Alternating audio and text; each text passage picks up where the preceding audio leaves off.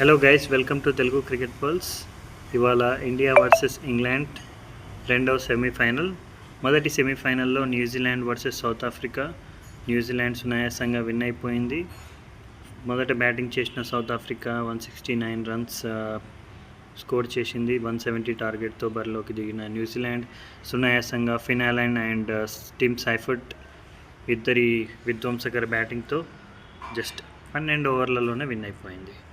ఇప్పుడు India and England విషయానికి వద్దాం.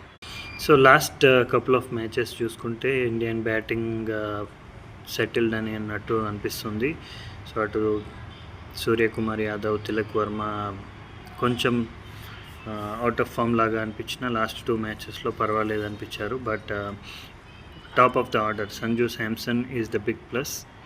సంజు శాంసన్ 97 రన్స్తో లాస్ట్ మ్యాచ్లో విన్ అయ్యేలా చేశాడు. సో అతని ఫామ్ కొనసాగాలనుకుంటున్నాం. అభిషేక్ శర్మ అండ్ ఇషాన్ కిషన్ కూడా సపోర్ట్ చేస్తే ఇండియా విన్ అయ్యడం ఖాయం.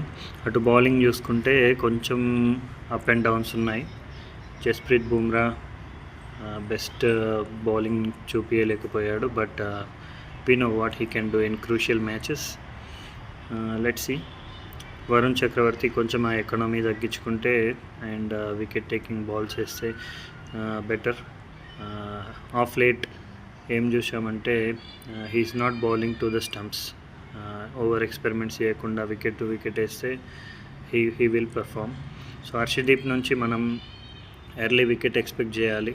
Fill Salt and Harry Brook are very key for England.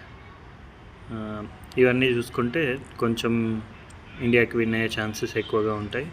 But if India is batting first, nothing less than 200కి తక్కువ టార్గెట్ పెట్టామంటే ఇంగ్లాండ్ బ్యాటింగ్ లైనప్తో వాళ్ళు సునాయాసంగా గెలిచే ఛాన్సెస్ ఉంటాయి.